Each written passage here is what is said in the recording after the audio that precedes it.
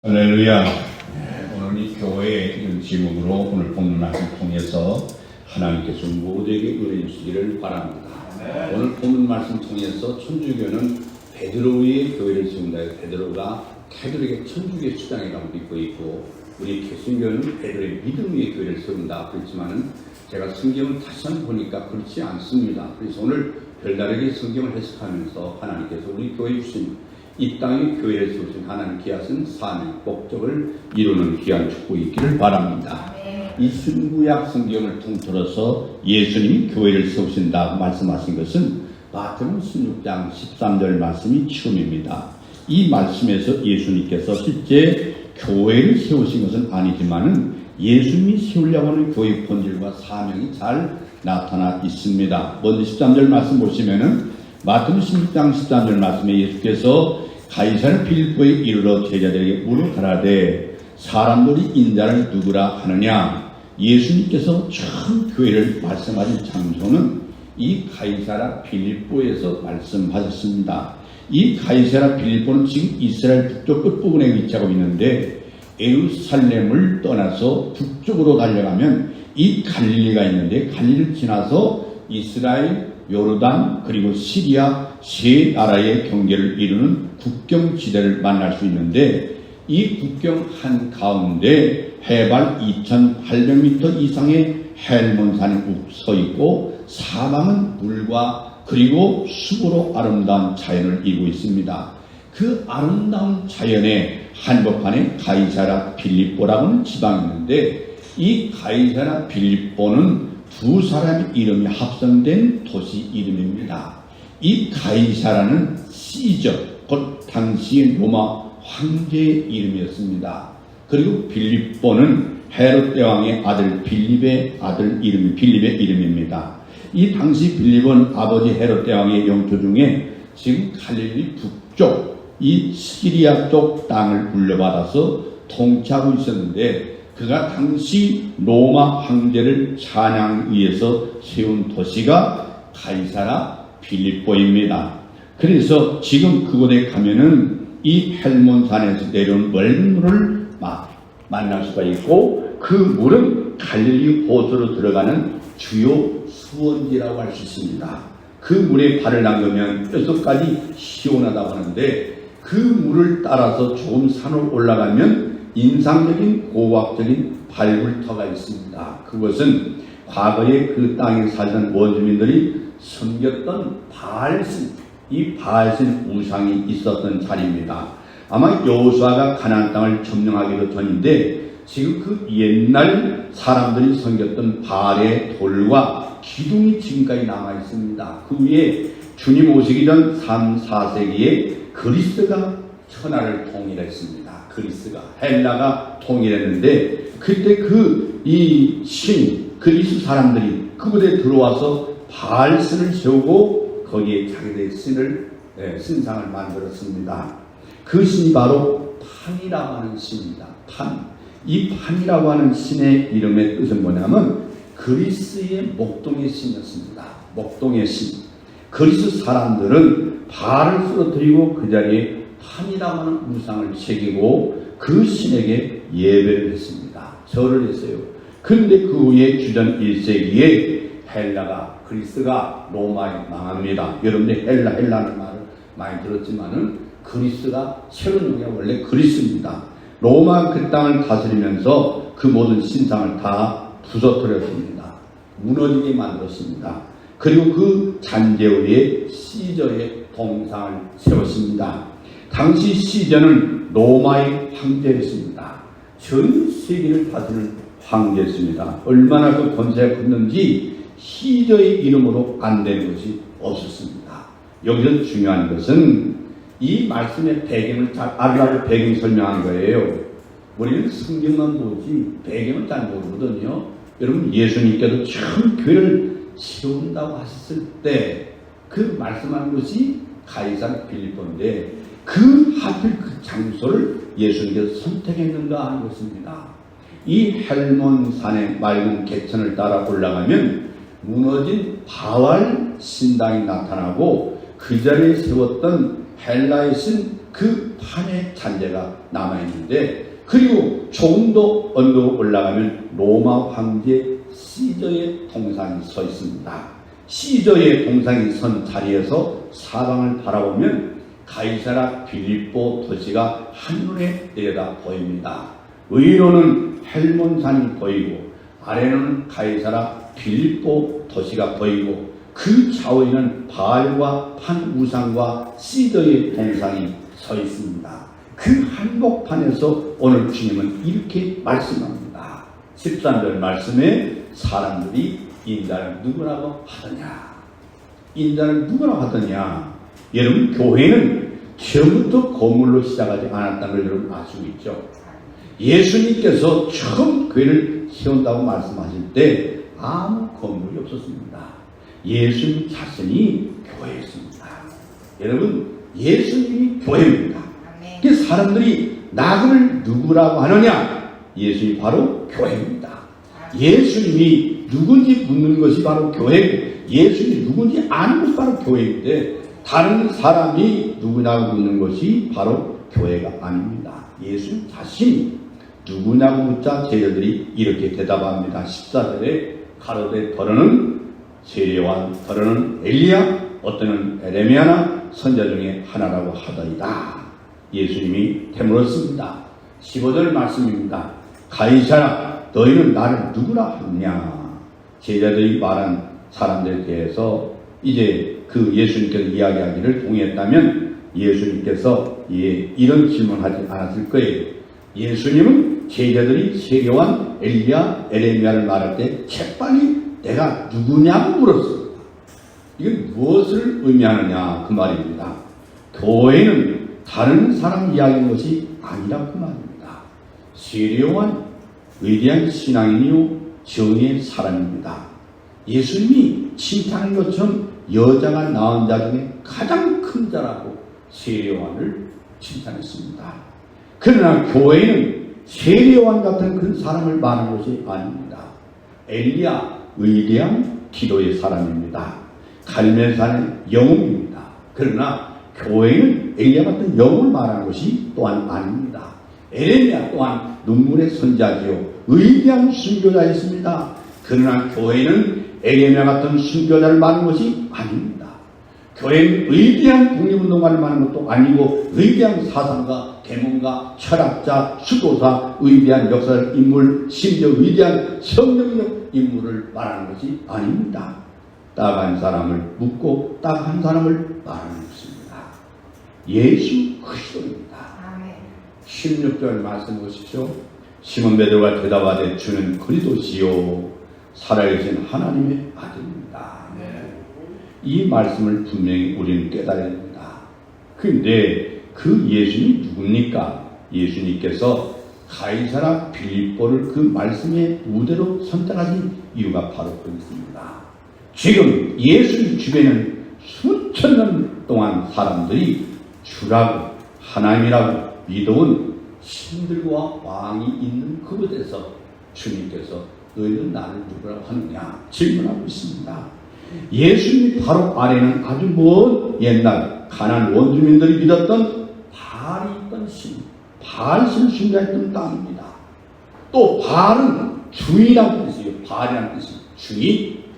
그러니까 바로 이 바알은 가나안 땅의 주인이다. 가나안 사람들은 바알을 자기들의 주인으로 믿어왔어요. 여러분이 가나안 땅이 하나님 약속하신 땅 아니었습니까? 그 땅이 바로 바알 우상이 그 땅의 주인이라고 말하고 믿었단 말이에요. 근데 예수님께서 그곳에 가서 너희는 나를 누구라고 하느냐? 이게 굉장히 중요한 것이고, 그리고 그 가나안 땅이 젖과 꿀이 흐르는 땅이 됐지 않습니까? 젖과 꿀이 누구 때문에 흘렀습니까? 예수님 때문에. 예수님이 이 온 우주의 중심이고 교회입니다. 온 우주의 주인입니다. 바로 예수님이 온 우주를 살리는 바로 생명의 젖과 꿀이 되는 줄로 믿습니다. 여러분, 그리스도 사람들은 그 뒤에 판을 거기다 섬겼습니다. 판을 만들어 섬겼어요. 하나님이 약속한 땅, 가나안 땅이다. 이 판은 우주라는 뜻을 가지고 있어요. 우주라는 뜻을 가지고 있어요. 그리스 사람들은 판이 우주를 창조하고 우주를 다스리고 있다고 믿었던 땅입니다. 그것입니다. 이것들은 과거의 신들입니다. 그런데 현재 신도 있습니다. 그 당시 시전입니다. 시전. 이 시전한 신은 지금 살아있는 불사신의 신이요. 그 당시에. 그래서 바알이나 판이 이미 지나간 종교적 신이라면 시전은 지금 살아있는 권력의 신이에요. 사실 예수님이 시저 동상 밑에서 내가 누구냐 묻는 것은 위험한 일이었습니다. 당시에 세계를 다스리는 황제 밑에서 마치 그가 주가 아니고 그가 하나님도 아니고 내가 주요 내가 하나님도 실패했다가 잡히면 황제 모독죄로 잡혀 죽게 돼 있어요. 당시 황제 신상 앞에 경배만 안 해도 잡혀가던 시절입니다. 여러분 요한계시록에 요한이 그래서 파모성으로 귀양받은 거예요. 그런데 예수님은 용기는 분입니다. 자신이 누군지 왜 있는지 교회가 무엇인지 제자들에게 분명하게 당신이 있다는 것은 목적과 사명을 가르쳐주고 싶었습니다. 여러분 그 고백을 지금 이 자리에서뿐만 아니라 바알신 앞에서 여러분 할 수 있어요? 여러분 예수님을 주시오 살아계신 하나님의 아들입니다. 여러분 이 고백이 얼마나 중요한지 아십니까?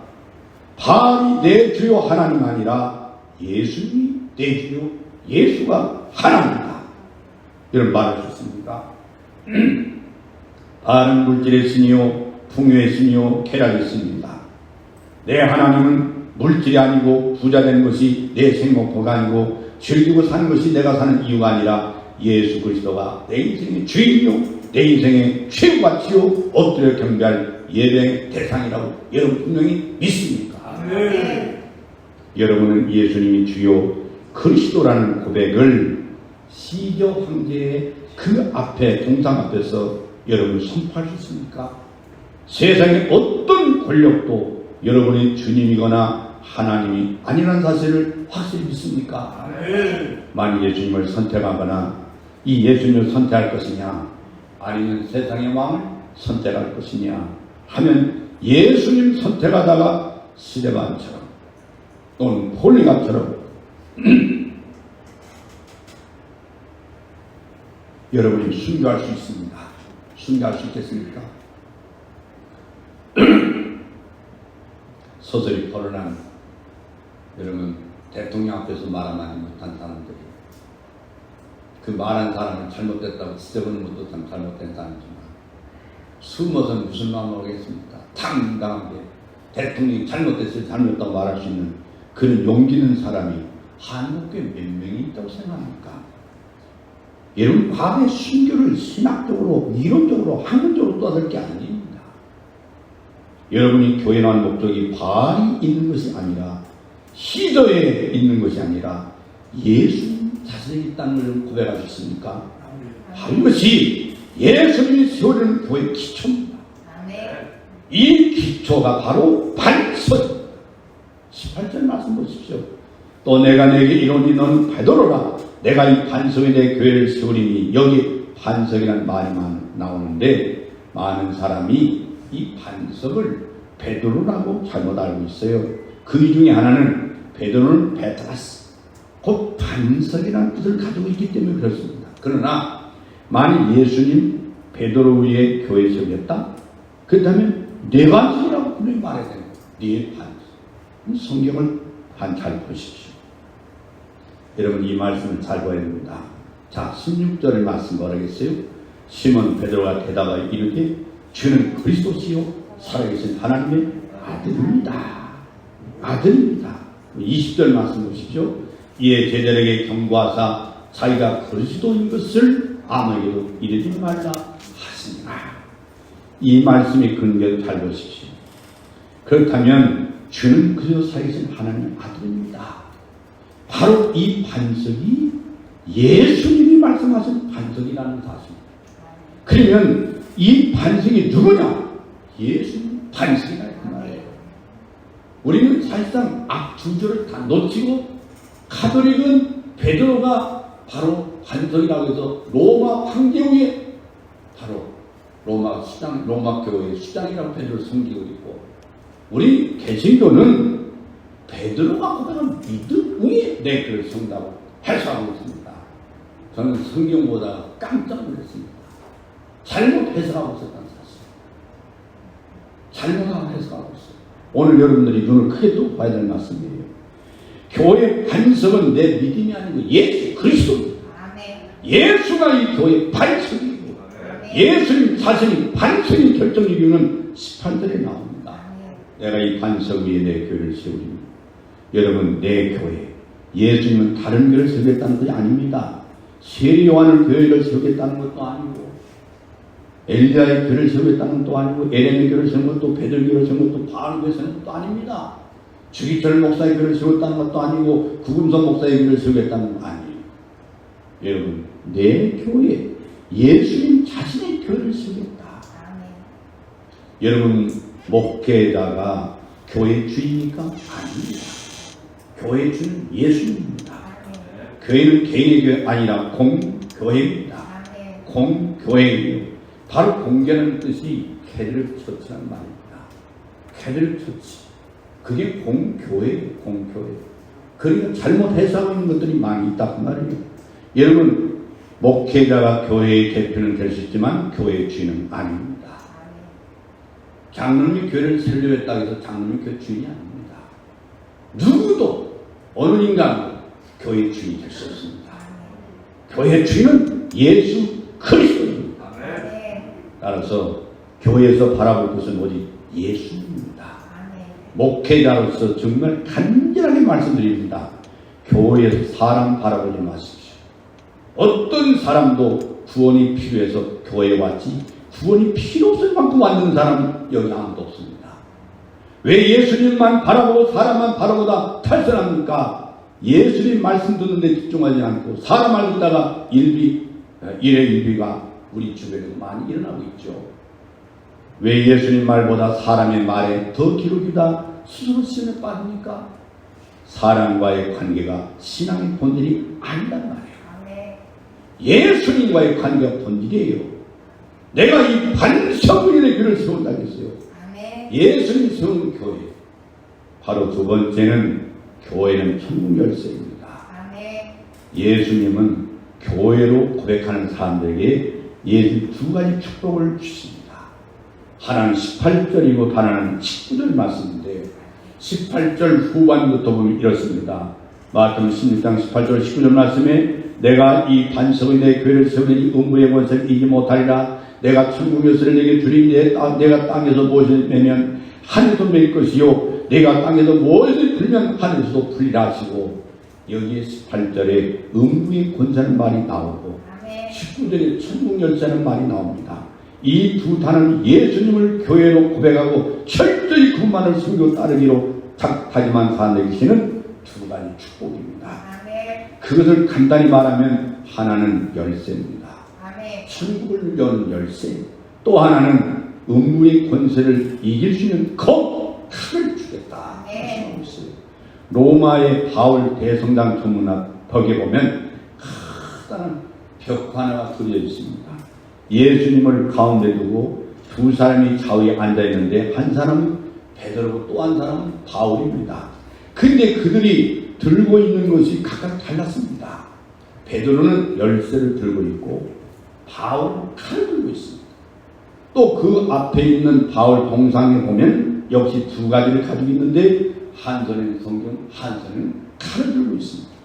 베드로 성당 옆에 위치한 바티칸 박물관은 미켈란젤로가 1508년에 그린 유명한 천정화가 있는 곳인데, 미켈란젤로가 4년간의 노력 끝에 천정의 천지창조라고 하는 주제로 9개의 그림을 거기에 그렸습니다.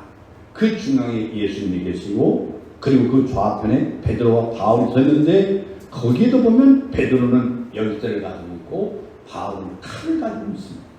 여러분, 교회 한 가지, 여러분 한 가운데 누가 계십니까? 교회 한 가운데는 예수님이 계신 줄로 믿습니다.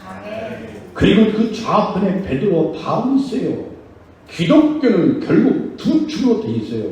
하나의 축은 베드로, 또 하나의 축은 바울. 이 베드로와 바울은 출신도 다릅니다. 베드로는 갈릴리 어부 출신으로 이스라엘 본토 출신이고 바울은 학자 출신으로 로마의 성 다소 출신입니다. 두 사람의 사명도 달렸습니다.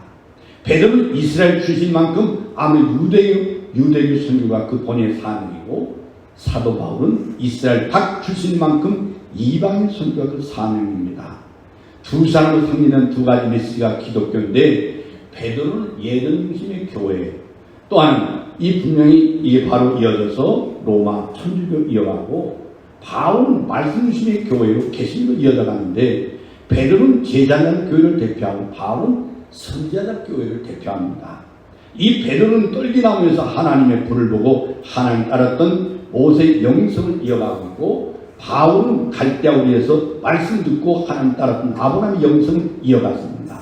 둘은 다른데 예수 안에서 하나입니다. 둘은 똑같이 예수님을 사랑했지만 예수님은 둘에게 각각 다른 사명을 주셨습니다. 베드로에게는 열쇠를 주고 바울에게는 칼을 주었습니다. 베드로에게 준 열쇠를 보시면 19절 말씀에 내가 천국 열쇠를 내게 주리니 내가 땅에서 무엇이든지 매면 하늘에서 맬 것이요 내가 땅에서 무엇이든지 풀면 하늘에서 풀리라 하시고 예수님께서 이 땅에 예수님의 교회를 세우시고 그를 따르는 베드로 같은 성도들에게 천국 열쇠를 맡겼다는 건 참 중요합니다. 이 열쇠가 뭐냐? 문을 열고 닫는 도구에 불과하지 않습니까? 근데 예수님이 베드로에게 열쇠를 맡겼다고 하는 것은 성도들에게 문을 다 열고 닫을 권한을 우리에게 주었다. 그럼 무슨 뜻이냐? 무슨 문입니까? 하늘문이죠. 이 하늘문은 아무나 열지 못합니다. 하나님이 주신 열쇠를 받은 자만 열 수 있습니다. 그 열쇠가 바로 누굽니까? 예수 그리스도예요. 예수 그리스도가 천국문을 여는 열쇠로 믿습니다. 언제나 문제는 해결되기 위해 있습니다.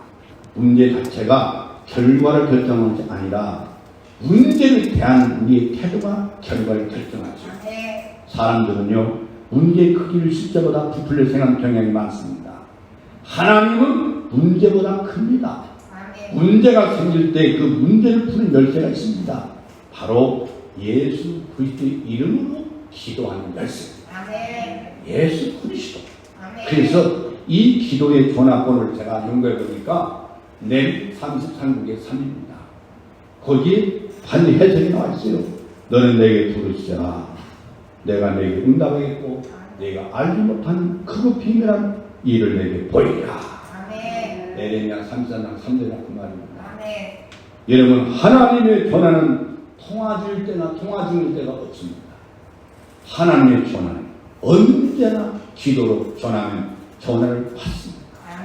여러분 구원은 하나님의 약속의 아들로 오신 예수 그리스도를 믿음으로 하늘문이 열린 줄로 믿습니다. 여러분 누구든지 예수 이름이 열쇠를 열면 천국에 들어갈 수 있습니다.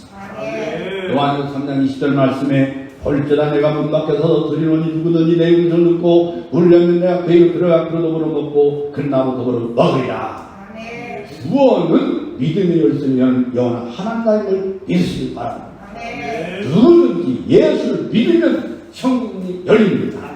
우리는 열쇠를 은혜로 받았습니다. 교회 가는 특징 중에 하나가 바로 중간선인데 교회는 세상과 천국 중간에 있습니다. 교회에는 두 개의 문이 있습니다. 하나님을 향한 열린 문이 있고 세상을 향해서 또한 열어놓은 문이 있습니다. 교회는 천국으로 가는 세상의 문이요 세상으로 가는 천국 문이다. 누구나 아무 때나 천국 가지 못합니다. 반드시 교회를 통해서 갈 수 있습니다. 하나님도 세상에 직접 말씀하지 않습니다. 반드시 교회를 통해서 말씀합니다. 교회는 하나님에게 세상을 향해 열리는 구원의 문이요 세상에게 하나님께 나가는 생명의 문인 줄로 있습니다. 그래서 누구나 교회 문으로 들어오면 두 개의 문이 동시에 열리게 되어 있어요. 하나님께 가는 구원의 문이 열리고 세상에 나가서 일하시는 승리의 문이 열리는 줄로 있습니다. 여러분 교회는 세상 문도 열립니다. 언제나 중요한 영적 원리가 이것입니다. 하늘 문이 열리면 세상 문도 열린다. 여러분, 세계에서 가장 큰 부자는 미국의 빌 게이츠입니다. 근데 빌 게이츠는 10주년 동안 세계 최고의 부자 자리를 고수하고 있는데 그의 현재 재산은 465억 달러, 약 50조로 추산되고 있는데 이 재산이 있을 뿐만 아니라 자산이 있어서 세계 최고입니다. 그가 현재까지 자산한 기금이 모두 30조예요. 30조. 여러분, 이런 빌 게이츠는 어렸을 때 아주 가난했습니다. 열등의식이 이루 말할 수 없었습니다. 그 마음속에 믿음을 열어주는 열쇠는 바로 그가 11살 때 암송했던 마태복음 5장, 6장, 7장 산상순례였어요. 그가 어느 날 마태복음 6장 26절을 읽었습니다. 공중의 새를 보라, 들의 백화를 보라, 아궁이에 던져있는 더 들풀을 보라, 하나님이 그렇게 입히시거든 하물며 놓일까 보냐. 이 말씀이 빌게 제 마음이 확실하게 마음을 열어놨습니다. 그 마음을 열어놨어요. 그리고 부여하신 하나님을 믿었습니다. 하나님을 향해서 믿음의 문이 열리자 세상을 향해서도 성공의 문이 열렸습니다. 그러자 20세에 마이크로소프트 사장이 됐습니다. 31살 때 최연소 100만 남자가 됐습니다. 37살 먹었을 때 미국 최고의 부자가 됐습니다. 그의 성공의 요인은 단 한 가지입니다. 하나님을 향해 문을 열어놓자 세상을 향한 또한 문도 열린 줄로 믿습니다. 여러분, 예수님은 여러분의 천국 역사를 주셨습니다. 여러분, 교회문을 통해서 하나님께 나올 수 있기를 바랍니다. 그리고 교회문을 열고 세상 나올 수 있기를 바랍니다. 교회에서 예수 그리스도 이름으로 기도 열쇠를 사용해서 응답의 문을 열기를 주임으로 축원합니다. 믿음의 열쇠를 사용해 기적의 문을 열어 보십시오. 큰 나무교회는 하늘이 열리고 땅이 열린 믿음의 문인 걸 믿으시기 바랍니다. 이 교회에서 천국의 열쇠를 사용할 수 있기를 주임으로 축원합니다. 네가 땅에서 매면 하늘도 맬 것이고 네가 땅에서 풀면 하늘도 풀리리라. 누구나 큰 나무교회는 풀립니다. 밖에 내가 열린 줄로 믿습니다. 안 되는 사람이 된 줄로 믿습니다. 마지막으로 교회는 신령한 칼을 받았습니다. 예수님께서 교회에 주신 또 하나의 축복은 칼입니다. 18절 축복을 보시면 내가 이 반석의 내 교회를 세우리니 음부의 권세가 이기지 못하리라. 음부의 권세는 말이 있습니다. 음부의 권세는 마귀가 지배하는 나라입니다. 여러분, 마귀의 존재를 믿습니까? 성경은 수없이 마귀의 존재를 말씀하고 있습니다. 그런데 이 마귀가 가장 강하게 유혹하고 역사하는 것이 바로 어디입니까? 나 자신입니다. 여러분 자신이. 음부의 권세와 싸우는 성도는 우선 자신과 싸워야 됩니다. 올림픽 2연성을 이룩한 이토피아 마라토너 아베베는 1964년 도쿄 올림픽 마라톤 레이스에 임하기 전에 67명의 참가자 중에 가장 큰 강직이 누구냐고 질문을 받았습니다. 그때 그가 이렇게 말했다고 합니다. 가장 큰 강적은 나 자신입니다. 예수님이 음부의 권세를 이기기 위해서 교회에 준 칼로 성도는 먼저 자기 자신과 싸워야 될 줄 믿습니다. 중세의 신비주의자 니네 이삭이 이렇게 말했습니다. 자기들을 아는 사람은 죽은 자를 일으키는 자보다 더 의리하다. 자기 죄를 위해 한시간 울부짖는 사람은 온 세상을 가르친 자보다 더 의리하다. 자기의 약함을 알고 탄생한 사람은 날마다 기도 중에 천사를 보는 자보다 의리하다. 그래서 영성과 에미 일선 이 카이마크는 이렇게 기도했습니다. 하나님, 내 자아와 싸우는데 나를 강하게 하소서. 나는 내 저런 목소리를 가진 겁쟁이, 편안함과 안식과 기쁨을 갈망하는 자. 나는 내 자신에게 가장 큰 반역자. 나는 나의 가장 속빈 친구, 나의 가장 무서운 척, 내가 가는 모든 길을 가로막는 나의 장애물. 오 주여, 나를 불쌍히 여겨주소서. 하나님이 주신 칼로 늘 자신과 싸웠던 사람이 바울입니다. 그는 기도할 때마다 삼층면을 오르락내리겠지만 늘 자신 속에는 작은 죄 때문에 싸워야 했습니다. 밖으로는 큰일 나지만 안으로는 작은 죄 때문에 탄식했던 바울, 그는 하나님이 주신 칼과 자기와 싸웠습니다. 그래서 그는 매일매일 그 칼로 자기를 죽였습니다. 사랑하는 성도 여러분, 자기와의 싸움에서 승리할 만큼 세상과의 싸움에 승리하기를 죄로 축원합니다. 열쇠가 같은 문을 여는 것이라면 칼은 원수와 싸우는 칼입니다. 베드로는 믿음으로 천국문을 열었고 바울 일생 대적 싸웠습니다. 대적으로 싸웠습니다. 젊었을 때는 기독교와 싸웠고 회개한 뒤에는 이방인과 우상과 싸웠습니다. 그는 평생을 이방인 집권자들과 그들의 무서운 핍박과 싸우고 이방 종교와 우상과 악한 영과 싸운 줄로 믿습니다. 예수님께서 교회를 음부의 권세가 지배하는 악한 세상에 세우겠다는 것을 여러분 기억해 보시기 바랍니다. 왜 예수님은 교회를 죄 없는 하늘나라에 세우지 않고 죄 많은 이 세상에 세우셨습니까?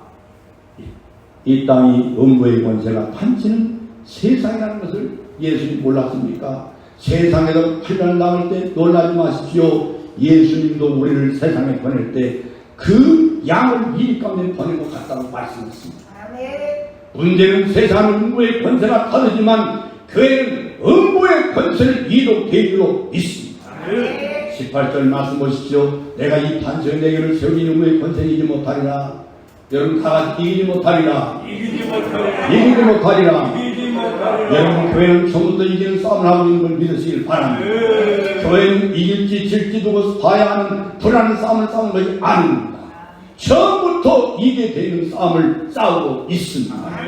예수님이 십자가에서 이겼습니다. 그래서 2장 15절 말씀 보면은 정사와 권세를 벗어버려 밝히 드러내시고 십자가로 승리했다고 말씀했습니다. 십자가는 시험입니다. 우리는 이미 이긴 싸움을 싸우는 걸 믿으시길 바랍니다. 내 문제는 이미 이긴 싸움이지만 교회는 계속 싸워야 한다는 것입니다. 미국 휴스턴에 가면 유명한 이 나사 미 우주항공이 있습니다. 이곳에서 미국에서 발달되는 모든 인공위성을 조종하는 세계부서가 있는데 재미있는 것은 모든 인공위성은 플로리다에서 발달되는데 그 조종은 어디에서 했냐? 휴스턴에서 합니다. 휴스턴에서. 만일 휴스턴 반대탑에서 인공위성을 조종하지 않으면 한 대 인공위성도 발사할 수가 없습니다. 그것을 보면서 이런 생각이 들었습니다. 세상의 모든 싸움은 영적 싸움이다. 발사는 플로리다 합니다. 여러분 잘 보시죠. 그러나 조종은 휴스턴에 하죠. 여러분 마찬가지로 싸움은 직장에서 합니다. 그러나 조종은 교회에서 합니다. 싸움은 가정에서 합니다. 그러나 조종은 기도실에서 합니다. 싸움은 학교에서 합니다. 일대도 합니다. 사랑과도 합니다. 그러나 조종은 무릎 꿇고 기도의 골방에서 합니다. 하나님과의 관계에서 합니다. 모든 싸움에 기여하는 무릎에서 결정한 줄 믿습니다. 이 교회는 영적 싸움의 관제탑인 걸 믿으시기 바랍니다. 여러분 금나무교회는 예수님의 교회입니다. 예수님의 교회의 주인입니다. 예수님의 통창입니다. 여러분 금나무교회 두 가지를 가진 교회입니다. 천국열쇠와 검을 가졌습니다. 천국물쇠로 하늘을 열고 천국물쇠로 세상을 열기를 바랍니다. 천국물쇠로 열쇠로 구원의 문을 열고 천국열쇠로 승리의 문을 열기를 주님을 축원합니다.